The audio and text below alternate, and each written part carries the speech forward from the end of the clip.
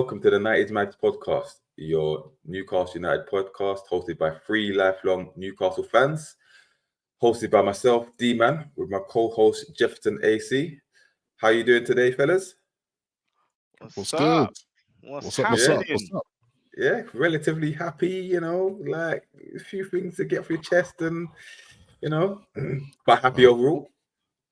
Happy overall, but let's say just over 24 hours ago, I was stressed, man. But anyway, we'll get into that. Stressful 90 minutes, isn't it?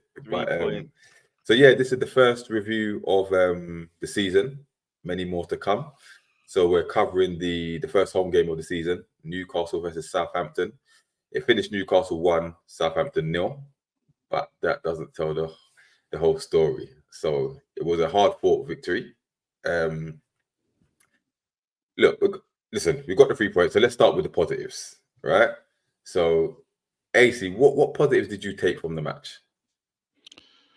What I can say is, this game has many different acts. This is a film, this is a movie, where you got the first act was probably when it kicked off, and then, I don't know, man, Southampton, you could say they turned up quite aggressively as well.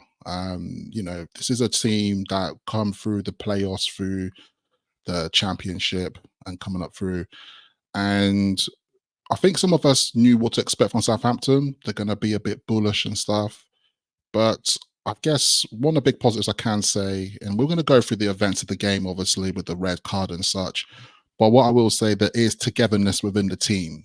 There's definitely a cohesion of the team all stuck together. And I think as well, the crowd being there, it's our first home game as well. The crowd played a big part, and that was definitely our 12th man of that game. Because if we were playing this game at St. Mary's in Southampton, this could have been a different outcome overall.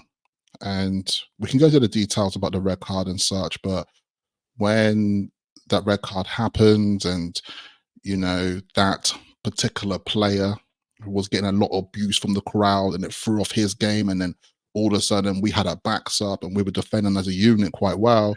It was a force to be reckoned with, and together as a cohesion, I was quite impressed that we had it over for quite a long time. We're talking about over 60 minutes of basically playing low block, basically at home to Southampton, but yeah, at home as well. At home, yeah, no, that's fair enough. I think there were a few positives. So first of all, obviously the result, the fact that we kept a clean sheet as well, I think was very impressive. And like you touched on as well, we defended very well with the 10 men, kept it compact, limited them to few clear-cut chances. I thought that Joelinton's display, his man of the match performance, I thought was a positive, and the fact that he got the goal as well. And also, for a personal sample, I like to see that Bruno was captain. Right, so that was a positive for me from the very start. Given his words before the game and after the game showed how much it meant to him. But yeah, listen, getting the season off to a winning start, 3 points on the board. You have to be positive about it. So those for me were the main positives. Jefferson, what about yourself? He's Brazilian. He only cost 40 million. And we think he's fucking brilliant. He's Joelinton. When you said his name, I wanted to jump in and sing the song. You know what I mean? Boy, J7. Yeah, that was big thing. I'll come to him in a sec, but listen, we've got a great record against Southampton. I think it's something like 12 wins out of 23. So it was never in doubt, was it? Not at St. James's. No, yeah. Topsy-turvy, turbulent. It's never straightforward with us. And I think there are some positives there. Good to see Nick Pope out there. I think he made 3 key saves. So you could argue having him in the game compared to Dubravka, as we've seen historically, he can be a match winner. And I think although Joelinton was man of the match, I felt like Pope was definitely one of those clear displays of basically when we have a fully fit team, the difference makers that we can have in the team. I think it was a steely, determined, and gritty win. We'll talk about the sending off in a bit, I guess, but just looking at the reaction, was a bit groggy straight off, but second half, the response was a unified one, gritty. We got stuck in. Longstaff, I'm always That on his case, challenge. but yeah, he was He G'd went up. He got in in, man. there, and Bruno sort of shrugged himself off as well in that second half because he was a bit, Bit you out could of see, he was, sorts. yeah, in that first half. So Yeah. I think psychologically, a win like that should have good benefits for the team. Do you know what I'm saying? Maybe it's the hallmark of champions. You never know. I Most wouldn't probably go know that that. far. Well, I had to get something outrageous in there, but yeah, no, we squeezed through by the skin of our teeth, really. Despite playing with 10 men. Yeah, you mentioned some of the other performances of Pope as well, but I thought Longstaff, to his credit, played well, and Dan Burn as well. I thought he did really well, especially in that second half. He was, clearing balls and leading the line and stuff. And also Kelly, when he came on, I thought he had a very solid performance. He kind of shackled their winger, looked very composed. I thought he was impressive as well. So there were a few very good performances defensively. But let's talk about Joelinton a bit more because, like I said, man of match display. We know that he's come on leaps and bounds ever since he's changed position. But he's looking like one of, if not our most important players. Yeah, when he's Absolutely. missing, you feel it. Like we saw what happened last season with the injury. Once he got injured, I think it was against Sunderland. Just on the stroke of half time, and since then, we missed months, had to have that operation. Came back towards the last 2 or 3 games of the season, but obviously wasn't fully fit. Worked on his game. We've read the article about him studying in the absence and stuff like that. And I think I mentioned on my radio show the other day, I think that he will be one of our key players this season. Not only of his all-round midfield ability, but his offensively. We know he's still a bit rash with his finishing. But I think you're going to see a change of him this season. I think he's going to get a lot more goals from midfield, maybe even double figures. But I noticed yesterday, off the ball, his movement and his awareness, he's always looking around now before he receives the ball. So he knows what his next move is going to be. And I thought that was really impressive. I never really saw that before about him. But again, defensively, he was everywhere. He was tracking back. He did a run early in the first half. I think we had 11 men at the time. And they were on the break, and he just ran half the length of the pitch, and he just recovered it like Wow, and played it off. And obviously he gets the goal. Underrated finish as well. It wasn't easy. It came at him quite quick, on his weaker foot, and he slotted away very nicely. So you saw the passion in the celebration as well. I thought an all-round very good display. Yeah. And once grabbing the shirt, man. That's it. And once Tonali's, that Tonali's back, we've got that first choice. We think the first choice midfield of Tonali, Bruno, and Joelinton, how they link up, it's going to be very, very interesting. I mean, very physically dominant midfield as well. So, AC, what were your thoughts on Joelinton? Boy, this guy stepped up to the plate. Definitely our most important player yesterday. But it's just his aggression and his adrenaline. And by far, he looked like probably our fittest player on the pitch. Like he kept going. And to be honest, you can see certain players on our team who played in the Copa America, played in Euros, or was part of the Euros group, shall I say. Gordon didn't play in the Euros, let's face it. But still, though, these guys only come back into our preseason quite late. So we wasn't a fully fit team. So therefore, we did rely a lot on Joelinton because let's face it, that work that Joelinton did there, Bruno, does that as well. He has that aggression, has that ability to keep going, have that adrenaline, have that force, and do not give up. And he did come across like, I think you just said in our group chat about, he should be vice captain, Joelinton, because he has that leadership in him. He's born with it almost, and I'm so happy for him as well because once again, this is Joelinton.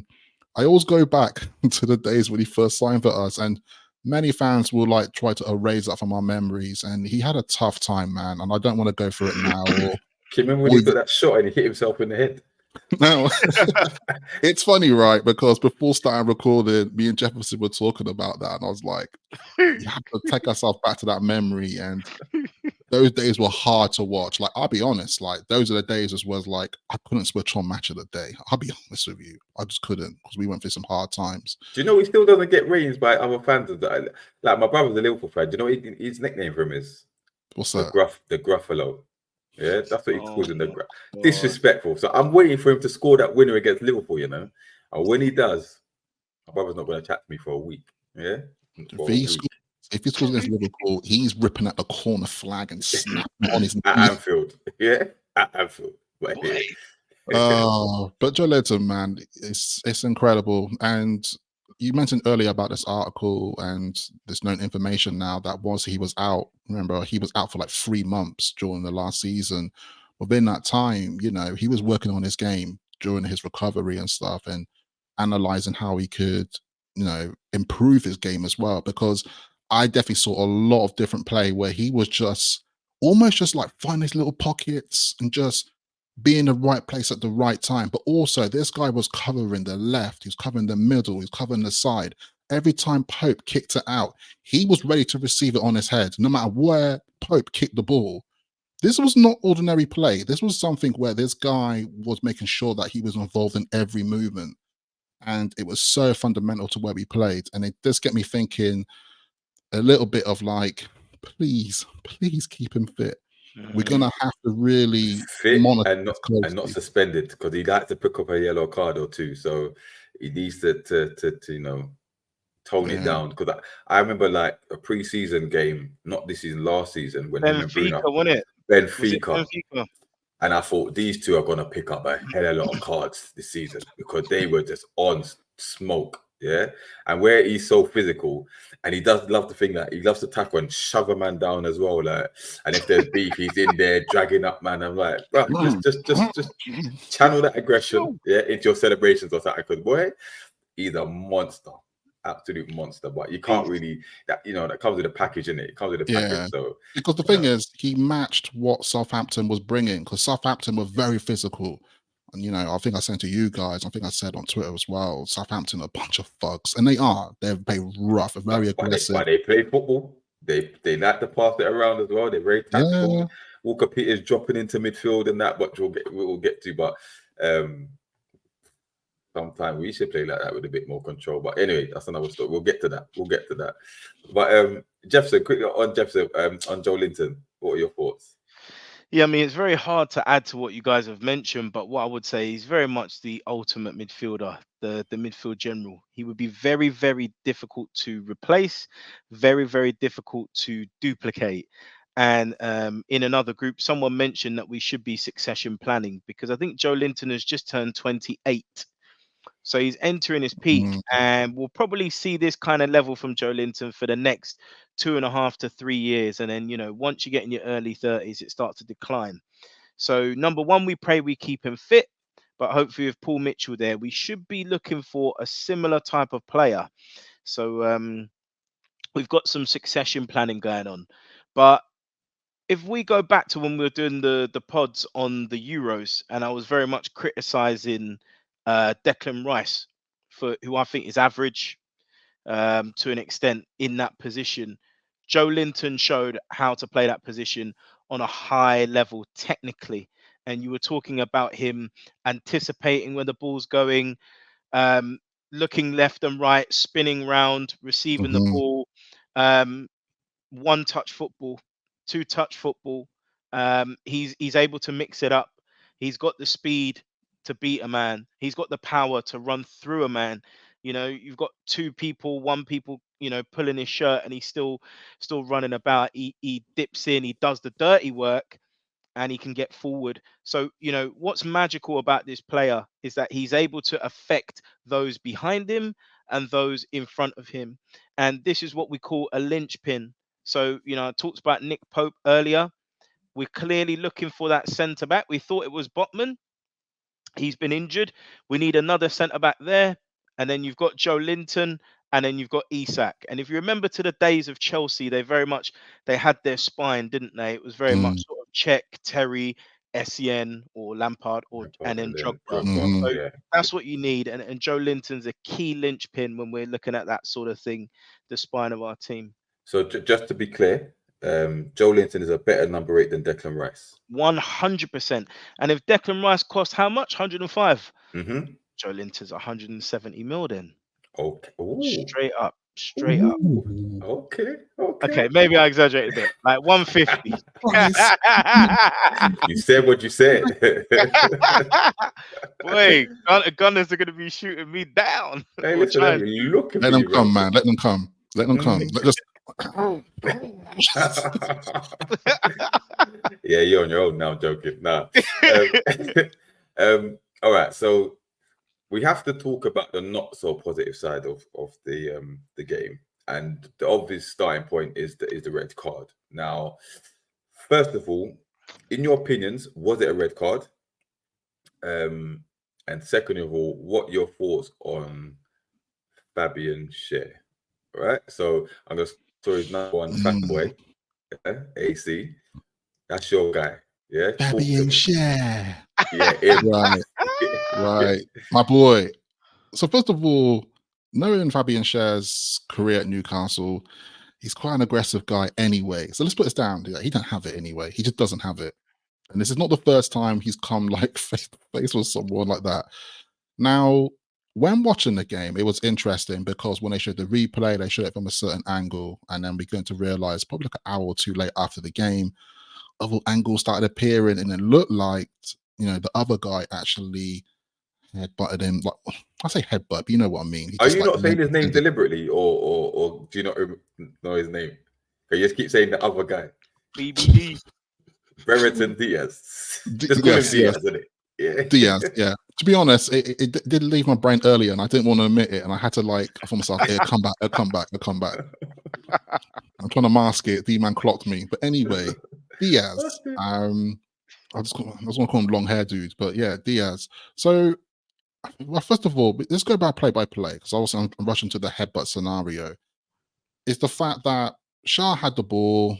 He wasn't going to do anything with that ball. I think at the time he had his back towards Diaz at the time. The whistle had blown. Diaz literally comes from the back, almost like charging like rugby tackle, knocked Schär on his feet and off his feet and onto his floor. And then Schär got up and was like, what are you doing? And all of a sudden Diaz is like, bigging up his chest like, like something's giving up a problem. And then obviously they're face to face at that particular point, and at a particular time, it looked like Schär just like leant in, and then the ref just like no, red card immediately, which was quite interesting because the ref did not hesitate for even a second. He immediately brought out the red. Now, what's quite interesting as well about this season is that they're trying to do this thing where they want the refs to make more immediate decisions. They don't want to go to VAR first, or like refs keep their hands in their pockets and just let VAR come in that way. So it's quite interesting where the card just came out immediately. And then obviously Diaz also got the yellow as well. Now, looking back at replays, and you can see from different angles, like I said, but it wasn't shown on the coverage, which was interesting. It's controversial. I don't want to say conspiracy theories here, but why was the other angle not showed during the game? Interesting. But anyway, it did show Diaz actually lengthened his head in first, and then Schär did. So that result, I kind of feel like they're both at fault there. Schär shouldn't have done it. He's not acceptable, and I admit that. Despite being a big fan of his, it's like, Schär, man, let's face it, I would have got rowdy as well too, but you can't do that there. Just let's be honest, you can't. So, I don't know, they're both at fault there. But what was beautiful after it happened, which I loved, I mentioned earlier, is that the crowd, man. Now, the fan base at the St. James's Park, you're not going to get away with murder there. So every single time Diaz got the ball, it was the loudest boos you could imagine. And to a point, it threw off Diaz's confidence. It got to a point, he would get the ball, he didn't want to run with it. He just like pass it back. It affected his game. And you can see later on in the game as well, he had to get substituted because it just wasn't working for him. So it's almost like a positive and a negative in that sense. He missed the point blank header as well. That should have been a goal. That's going to say now. That was on the plate as well. I'm gonna say before I come to you, Jefferson, with the red card. Now, like you said, AC, the ref had called a foul, and the ball's Schär's gone to collect the ball, and Diaz has gone into the back of him physically and knocked him over. Now, let's be honest, you've been shoved over like that in front of 52,000 fans. You're gonna feel embarrassed, innit? You're gonna feel away like, bruv, what are you doing? So I don't really blame Schär for his initial reaction. Yeah, because I probably would have done the same. You know, you can't take it's an ego thing, isn't it? Yeah, imagine knocked you off the feet like that unexpectedly. Like, You didn't see it coming as well. Yeah, you know and you look a bit silly on the floor, innit? So you get up and you approach him, innit? Now, had Schär just pushed him, I think that's it. Maybe they both get a yellow card, whatever it is. Yeah, because Diaz would have got the card for the shove anyway, right? But the moment, first of all, it's not a red card.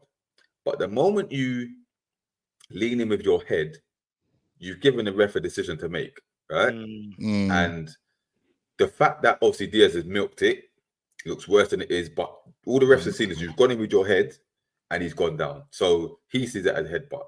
Now, obviously, other replays show that Diaz kind of put his head in as well, and it was a nick. Like Schär didn't headbutt him, yeah. But at the same time, you've given the ref a decision to make. He's done you with that, yeah. And listen, if we're being honest, how many times have we seen Schär gone down with his head that, yeah, head injury, like that kind of thing and whatnot. So yeah, but, you know what I mean. So you can't really get too mad about it. But listen, realistically, both have got a yellow card. Will Newcastle appeal it? I don't know. Given the other images that we've seen, I think there is grounds for appeal, but I'm not sure. The way the Premier League are against them anyway, I don't think it's going to be successful. But Schär should know better. You know, Schär should know better. He's a 33-year-old international, seasoned veteran. Like, you should know, like, by any means possible, players are gonna, you know, it's fine margins. You know, anything to win, whatever. Obviously, it didn't work because, like you said, soon after that, Longstaff puts that challenge on him. Yeah, and he tried to clap it off, like, yeah, I've rattled you, but then, like you said, he missed that point blank header, and he missed one when I think Tino kind of blocked it on when Hall blocked it on the line, saved on line, and he shot. He should have put it away, and he missed that glaring opportunity. So, in the end of the day, he lost out. We come with the 3 points, so it's karma. But we've lost a centre back, a starting centre back for 3 games, which, you know, we'll get onto in a minute. But yeah, Jefferson, what was your thoughts on it? That push that he did reminded me very much of what Bruno did to Jorginho, and he got away with it. And he was like, "Get up," because it is unsportsmanship behaviour. Do you know what I mean? He had reasons after what Havertz did, so I'm allowing that. But what Brereton Diaz did was unacceptable. It's just unfortunate that we don't have things like sin bins and all that, because it almost feels like the yellow doesn't suffice for what he did. He knew what he was doing. And this goes to, I guess we'll talk more about how we played earlier, but it's very evident that Russell Martin did his homework on how we play, our personalities, how to stop our rhythm and momentum, and how we respond to those instances, because I have seen it historically that we do lose our heads. We do lose our heads once we get riled up. And that Arsenal game was a prime example of that. It was very evident they were trying to unsettle us.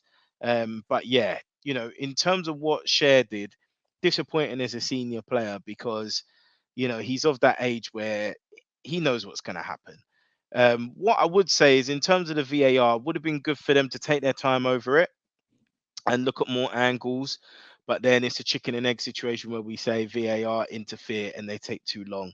So listen, it's a lesson that's going to be learned. Unfortunately, it's on the first day. Shouldn't see that kind of incident happen again, really, because at the moment, we don't have the squad to deal with suspensions, let alone injuries. Do you know what I mean? So yeah, that was disappointing. But the response from the lads, particularly in the second half, was good. The 2 local lads, obviously, I love seeing them. They were on a ruck in the tunnel. Do you know what I mean? I don't know if you lot saw the footage in the tunnel. Burn was and not Burn was on it, not mate. having it. Not having it. Well, I think Burn actually pushed him on the pitch as well, because he tried to pick him up. He was like, get up. Do you know what I mean? He dashed him back on the floor. That was funny. That was funny. before we go on to the other aspects of the game, obviously Schär's banned for 3 games now. Now, hypothetically, well, And wait, but before you continue, what games are those as well? So we've got Bournemouth. It's Bournemouth, the cup game, and Spurs, isn't it? No, Bournemouth, the cup game. Don't we have Spurs? Isn't there? Is it? Yeah, probably. Yeah, Spurs. Yeah, Bournemouth, the cup game, and Spurs. Yeah, okay. I think so. I think that's it. Because the cup games count and that. So, with that being said, now,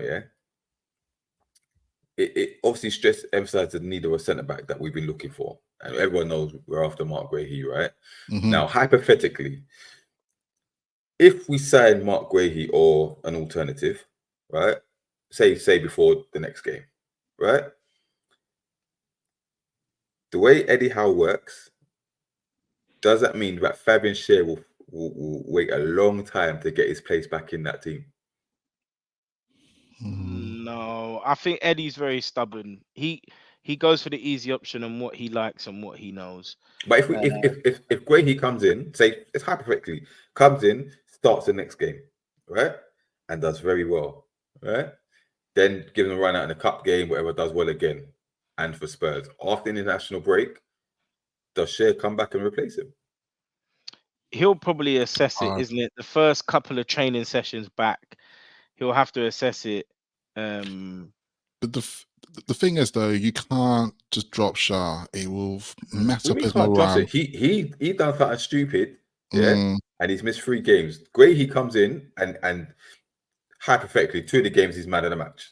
How do you drop him then when it's working? It's possible, but just going off how Eddie normally is, I think we've rarely seen him do that. But remember, I give an example. Matt Targett was our starting left back a couple of seasons ago. Got injured, I think, against Brighton, I think it was, and Dan Burn had to come in and cover. Matt Targett wasn't seen again. Injury or no injury, he was not seen again. You know what I mean? That man went missing on the back of a milk carton. He was on the back of a milk carton. Yeah, man was missing. Botman came in, didn't lose his place. Yeah, Burn was left back. The rest is history. You know what I mean? So, yeah, I actually believe if Guéhi comes in, then Schär will be not phased out, but he will be benched for a long time until there's an injury or something like that. I actually believe that. It's an interesting one, Fabian. He may go 3 at the back. I think this might be the thing he needs to make him play 3 at the back. You never know. Do you know what would be very telling? Sorry. If he starts with Lloyd Kelly next game, because Hallwood didn't have a great game, right? And Kelly came in to replace him and did very well. If he starts with Kelly the next game, I think that's the pattern that he's going to use. So, well, you reckon holding a longer stance? If Kelly starts the next one, it's really harsh on Hall. I feel like I think I said in our group chat, he doesn't get a break, man. A decent break. Doesn't. I like him. I think he did.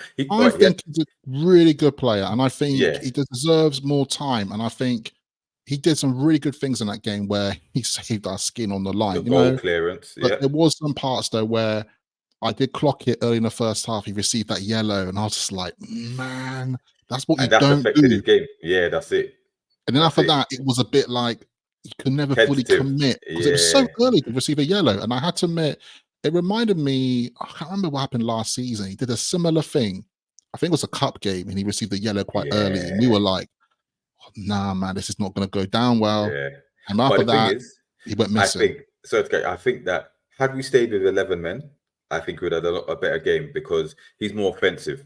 And he was trying to play these cute 1-2s and whatnot and getting caught when you can't really do that when you've got 10 men. You said literally back to the wall job, or the way we play anyway, back to the wall job. And he was trying to be a bit too offensive. I get it, but when you get caught like that, it gets very, it's noted. Like, you know what I mean? When you got 10 men, you can't really be doing that. So, but like I said, good points. He did the clearance off the line, and in the first, I think they fizzed the ball across, and the guy was coming to connect across the 6-yard lot, and he cleared it off for a corner and stuff. So because what I can say, and now you probably both would agree, is that defensively, Kelly is sound, man. There were so many parts because he's on the left, obviously, and when we're doing that low block, it'd be Kelly, and I think at that time it might have been Joelinton like backing him on that left hand side. But some of the times with the 1v1s, Kelly held it down every time. I don't think nobody beat Kelly 1-on-1 on that game. Like, He's it's not tall. very. He's tall and he's got and he's pace. quick. Yeah, that's it. That's it.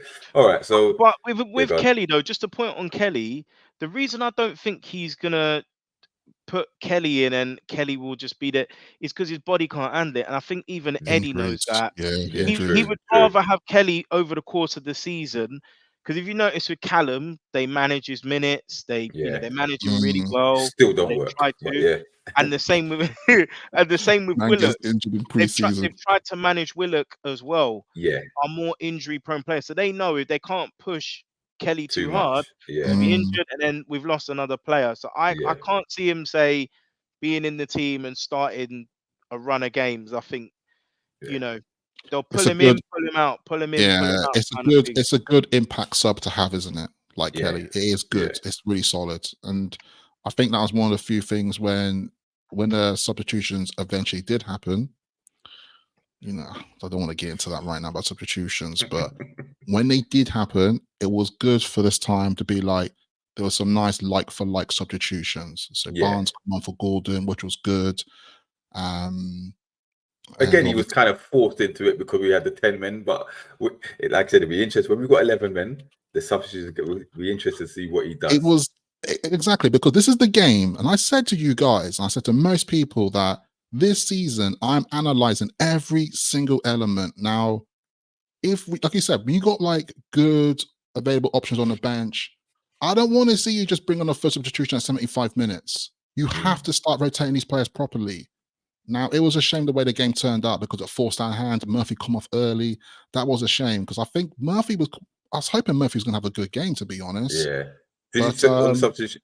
Did the difference? You see, Arne Slot, when Liverpool played, he hauled off Quansah on half time because he's losing too many aerial duels. Then he brought on Konate and it made a big difference. Yeah. That's the kind of man. This reaction, is what I mean. Proactive approach that we need to see from Eddie Howe. Proactive. Don't just be like 65 to 70 minutes every time on the money. The thing is, Howe though won't do that because at a particular time he will look at it and be like, if it's still 0-0, he'll be like, oh, we're still in it, so I'm not gonna force my hand early. Well, let's get into it quickly, right? So my frustration was that first of all, if we don't get the 10 men, I don't think we win that game. Yeah, because I agree. For half an hour, Southampton were by far the better team, right? I remember this is a newly promoted team playing away from home at mighty Newcastle, and they look more comfortable on the ball. They had more possession of the ball. They were bypassing that midfield way too easily, which is a problem that we've said over and over again because we don't have a number 6, right? So we had no control of the game, right?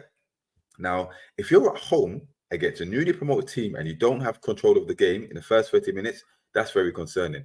That's very concerning. We didn't create a clear-cut opportunity in the whole game. Yeah, let's get it right. That first goal came from a Southampton mistake. Yeah, because they tried to play it at the back and the keeper just fluffed his lines and whatnot. Right now, yes, we had the 10 men, but my problem is the likes of Liverpool, City, Arsenal, Spurs, Villa, even Brighton. If they go down to 10 men, best believe they've tried to be defensively sound, but they will not. When they get the ball, they'll try and do something with it.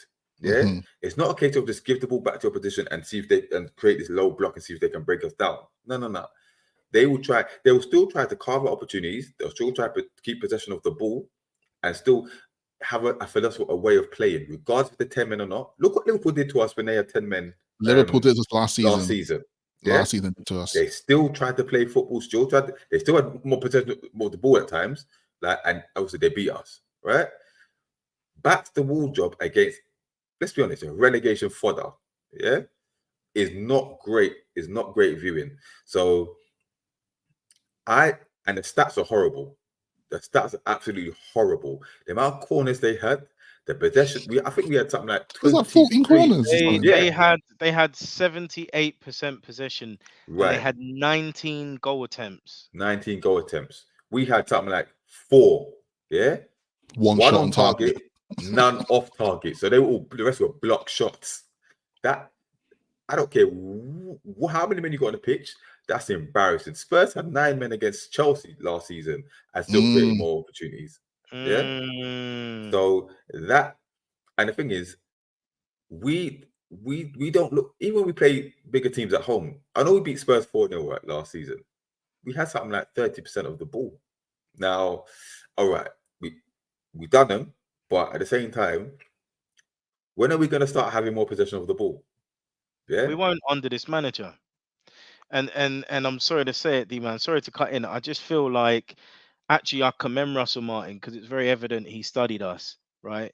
I actually think we're very easy to play against at the moment because it's very predictable. On a month of Sundays, it's going to be press, run, release the ball quickly, get it forward as fast as you can, and look to counter press and press. That's the way we play. Intense. Yeah. So there's never a plan B. We never change shape. Like literally last season, I think I counted on one hand the amount of times we actually Spurs game, changed shape. Spurs game. Spurs, Wolves at home, and Aston Villa away. Those were the key ones where I saw we very clearly, evidently changed shape during the game. So listen, this is stuff people don't want to hear. But if we really want to push to be in the top echelons, I think we need another manager. And it's not to say that Eddie isn't good enough. Well, he's not good enough at that level in terms of he's very rigid. And what I'm expecting to see of him this season, to be fair, I know it was disrupted on the basis we had the sending off. But even before then, we approached the game in exactly the same way. I want to see an evolution to the style of play, you know. And we're not seeing that. And I feel under this manager, we're not going to. He's got his formula that sort of works for him because obviously with Bournemouth, it was very much gung-ho approach. With us, he's kind of got a mixture where there is a little bit of solidity there. And I think that's him. He studied from sort of Simeone in I'm this going to time say off. it's that Atletico Madrid And approach, isn't it? he's got that, and that's it. Like, it's nothing else. And I think the fans have to be prepared for this. You're not going to get it where there's going to be in-game changes. He'll do personnel changes. He'll bring subs on, but he's not going to tweak the shape and get patterns of play and stuff like that because he hasn't got that skill, and neither is Tyndall, right? Neither is Tyndall. They've come from League One, Championship, and all that. And I think we have to realize that yes, they're in the Premier League for 5 seasons, but it was mid-table, either battling relegation or mid-table. So if we really want to see that drastic improvement to go that step further, I think the coach is limited in that regard. Because the thing is, though, when we look at that Southampton game, they flooded our midfield. Flooded. And because we're still in the formation of 4-3-3, and you know how I feel about the 4-3-3, is that it only works when you're attacking.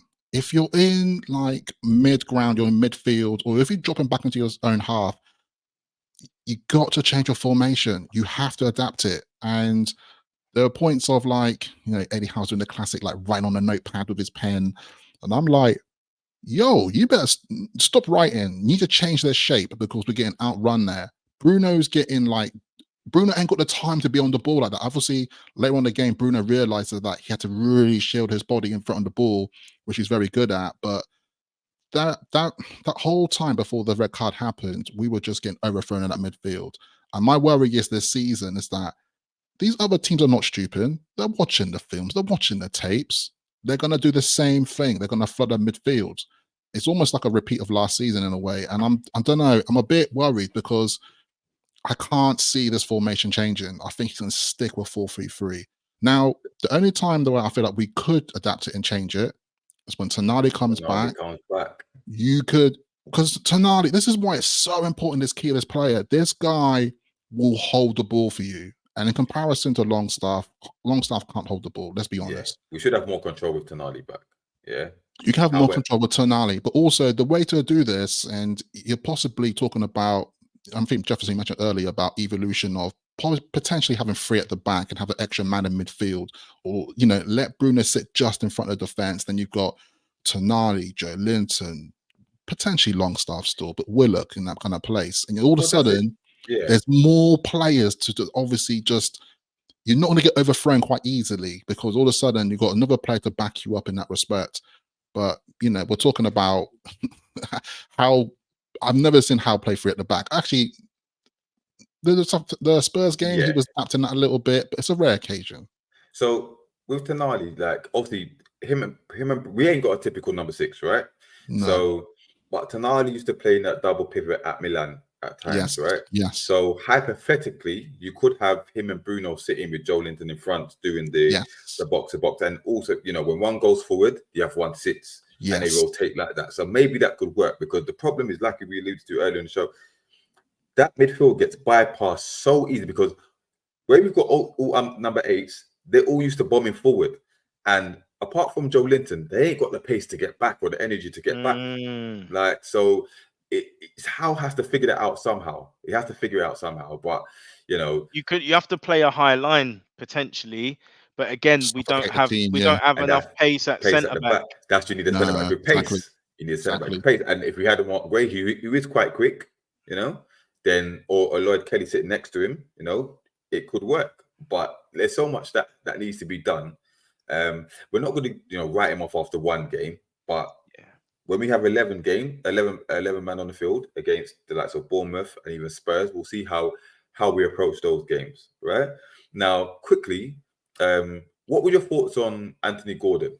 Because I've seen a lot of talk about his body language. He didn't look on it. You know, are we putting that down to his fitness? Are we putting down to, you know, because he hadn't had a preseason? Are we putting that down to the whole debacle with Liverpool and his head being turned? What were your thoughts on his overall performance, and what could be the reasons? So, Jefferson. Yeah, I think, listen, he didn't look as sharp, and naturally that's because, you know, he's returned back late. No doubt he's going to have some mental exhaustion there from having to be in the zone, prepared and ready in England camp. He would have been disappointed from not playing. In terms of Summers, it's a contrast of Summers for him. Last summer was very successful for him with the under-21s, but you know, I think he needs that confidence. So I would have liked to have thought that, you know, with him returning home to Newcastle, he would have felt the love of the team sort of situation. But there's going to be limits on the basis that it may take him some time to get up to speed. I don't think this whole move thing, I'm not going to dramatize it. I don't think it's about the whole move thing. I just think, like we saw the same with Bruno as well, they're going to be out of rhythm. It could take them 3, maybe even 4 games before we see them up there. To be fair, there was a good little bit of play that Gordon slipped one of the defenders, and then he sort of got hacked on the line. Otherwise, he was away. And then there was the one with the offside. No, because Bruno fouled someone. He had actually run clean through. But this is what we're talking about. The levels we're used to now. Having seen Gordon last season, it only gets harder because this is the standards now. So the minute you drop, second season people start asking questions. So I say it's not about the drama of the whole Liverpool links. I just think he's not fit. He's probably mentally and physically exhausted, and it's going to take him a while to get up to speed. JC? Yeah, just to echo you there, Jefferson, I think we do have to remember that before he started last season, that summer with the under-21s Euros, and they won the cup, his confidence was through the roof, and he hit the ground running last season. And just to think that he went to the Euros and was just sidelined, that can hurt a man's mentality. It really can, and affect his confidence. And he's just not physically fit at the moment. He's had quite a bit of time off. He only started pre-season last week. It's just ridiculous. And same with Trippier as well. So I was, to be honest, I was a little bit shocked, because this is why I think, you know, you have to be bold as a manager, because Barnes has had that pre-season. To be honest, Barnes looked okay in pre-season. And I don't think it's a bad idea if he started Barnes in that game, because if you know Gordon's not up for it, I know you want to like start Gordon because he's like the player that should start and such. But if you know he's not that physically fit at the moment, why start him? Because that jeopardizes. Because I look at some situations where Gordon could have and should have, and you look at probably a much fitter Barnes, is like, outcome could have been slightly different, maybe. Obviously, we never know. But the thing is that you have to be bold with the changes. I wouldn't mind if like Gordon come in at like 70 minutes. I don't mind that at all, because then it shows that like you're embedding him slowly. It's fine. He's not there. And almost like he'd be more fitter than probably for the Bournemouth game, let's say. But yeah. Yeah, and just quickly, I wonder what that does for Barnes' confidence, knowing that you've had a good preseason, you've worked all preseason, and a guy just comes back and starts ahead of you.